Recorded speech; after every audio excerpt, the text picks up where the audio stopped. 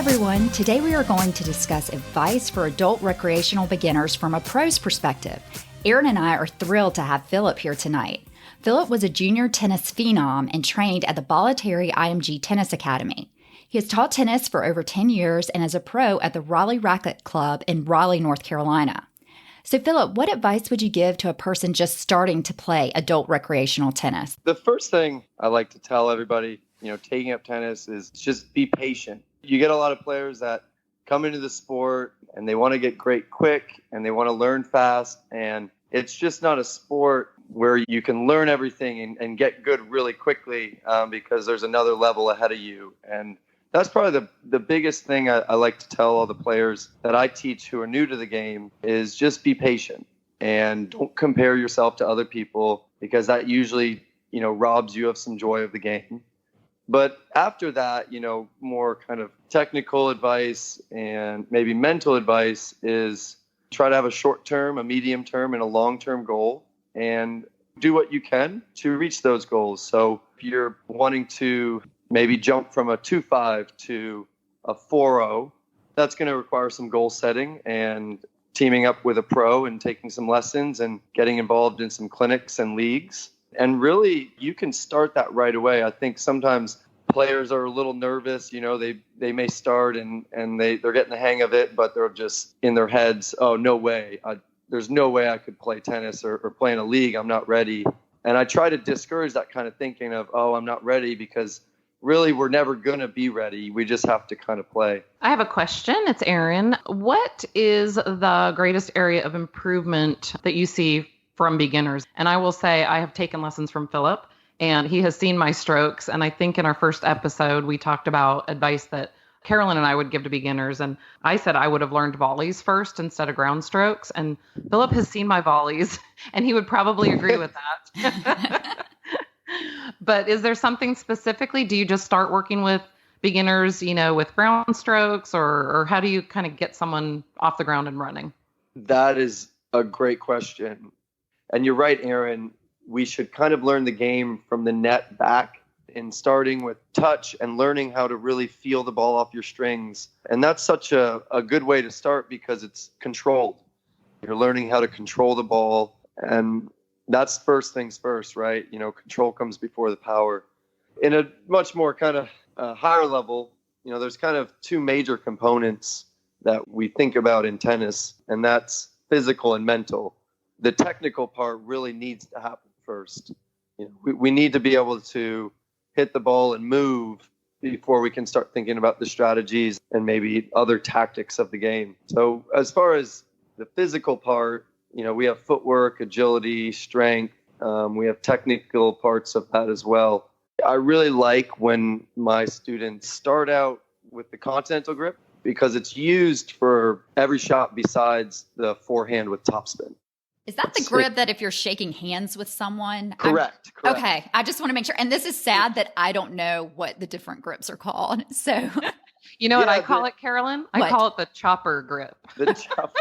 Yeah, I've heard lots of different things. You can chop wood or hit a hammer, It's a chopper grip, shake your hand. The shaking the hands is actually really good, though, because when you hold the racket, you want to have your hand rather extended. Like, you don't want to ball it up like a fist because it doesn't create as much leverage or feel for your swing or your shot. And it's funny because as you start getting better, if you don't really work on that grip, it gets even tougher as you get to a certain point. And like both of you are now 4.0s, that grip, and if you're not really holding it continental, is holding you back from taking the next step. I was going to say, I'm going to walk around my house from now on holding my racket because I'm telling you, Philip, I have not changed my grip. And now it's light bulb moment of why my volleys were just so interesting.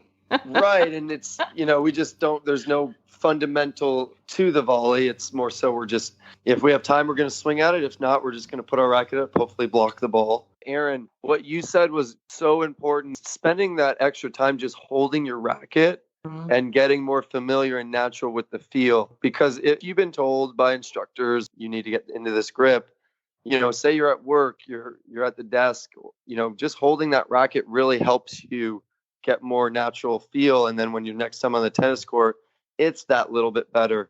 Yeah. I also recommend hitting against a wall, doing these things. It's just one of the fastest way to get a lot of repetitions. And although it's difficult to do some volleys against the wall as a beginner, if you keep at it, you will get it. Tennis is such a cool sport like that because it's very merit based and kind of hard working in the beginning. If you stick with it and you're really trying what, a professional or a tennis pro is telling you, you will get it. And that's kind of maybe a mental aspect for beginners to take note of is, really try and don't give up because it's going to happen and you're going to get it. And everybody's on a different timeline too. How can beginners win matches? But I think the other important part of that is it important for beginners to even win matches? Because now after playing for so long and now doing this podcast, it's easy to reflect back and look at when I was a 2.5 and thought losing was actually crushing. Winning was great. But now that I'm the level I am and doing this podcast and talking to Carolyn so much, I feel like the answer is it's not important to win matches. It's important to improve your game. But what's your philosophy on that? It's so natural for humans to think about results and be so result oriented, and being concerned and worrying about winning or wanting to win, it really never helps you win. So I like to tell people a lot of times, if they want to win, that they want that result. And obviously we all do. You just can't focus on the result. You have to focus on the process. And then another thing is you have to understand your limitations. If you're trying a lot of stuff outside your limitations and you're missing and you're making mistakes and you're beating yourself, that's something we can cut out right away. And I guess that kind of goes back to a mental thing is disciplining yourself and understanding your limits. Are you a player that can, rip a winner or rip a baseline shot 9 times out of 10, or are you a player that, is having trouble moving around the ball and you kind of need to aim for the middle or aim for bigger targets? One thing that, the psychology of tennis that we try to help our high level players, especially the juniors, understand is focusing on the process of the game, of the points. I can even remember I was playing a point earlier today and I walked up to the line and I'm getting ready to serve. I'm thinking about, all right, I'm up 40-30. I got to get this game and then I'll be good, do the changeover. And it's like that type of thinking is not going to help you because you're not really focusing on the process of the point. You don't have a plan. Maybe you're better off saying, okay, let's get my first serve in, aim for the middle, and then keep the next ball in the middle. And then we'll see how the next few shots go. So just kind of focusing on the process is something I like to tell a lot of the students because they just get so wrapped up in the score. Andy Murray was interviewed once and he was asked, what was the last point, or do you kind of remember your last shot when you won Wimbledon? And he was like, I forgot the score. Like when they announced my name and I won, I was like blown away because I forgot the score and I didn't even realize. And it's that kind of mind tricking you have to do to yourself to play your best tennis. Like you kind of have to trick yourself not to think about the score and to think about your plan, to think about your strategy and the process. And usually you end up playing your best tennis. And this is for both doubles and singles. And, you can translate it and relate it to other areas in life and sports. That is a great mentality to have. I also wanted to mention that a number of our friends told me how fantastic Philip's lessons are. So we'll include his contact information in the show notes in case you live close to Raleigh. And I can attest they are great lessons. One of the things I think about most, Philip, is what's your shot tolerance when I'm in a rally? Yes.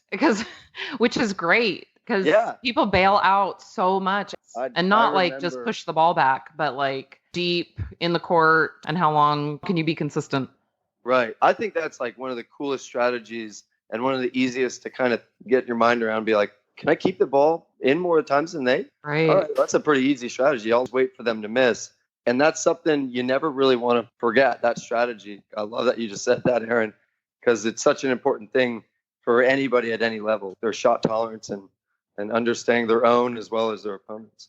Definitely understanding your opponents. I played a match last week in Cary, and literally I knew if I gave the woman 3 balls back to her, she was going to just whale the 4th one in the net.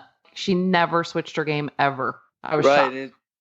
And to that extent, it's like some players I'll have to deal with more strategically. They'll go out on the court and they want to play the way they want to play. Right. And tennis is really about playing the way your opponent doesn't want you to play. So if you can hear them vocally, God, this pusher, she doesn't just get it back. That you can just be like, wow, all right, well, she doesn't like that ball. I'm going to keep giving to her. Exactly.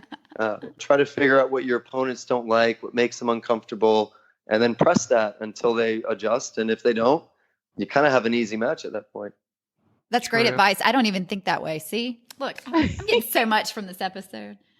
I knew we would. As soon as he wrote notes back to us, I was like, oh my goodness. Yeah, this is going to be a free lesson. Just talking through a lesson.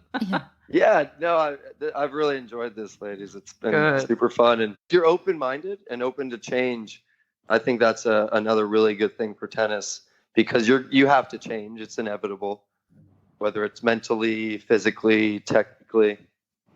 Aaron and I really appreciate Philip talking with us tonight. You can tell he has such a great tennis mentality. I liked how he discussed that we need to be patient and set goals, and that beginners should go ahead and sign up for a league because you're never going to feel ready. When he discussed holding the racket with the correct grip, that really hit close to home because I am trying to change my grip right now, and it has not been easy. I also loved how he discussed that we should focus on the process instead of the score. I know I am guilty of going out there and playing the way I want to play, but that I should be trying to hit the shot my opponent doesn't like to hit. I really feel like I'm going to need to listen to this episode before my next match.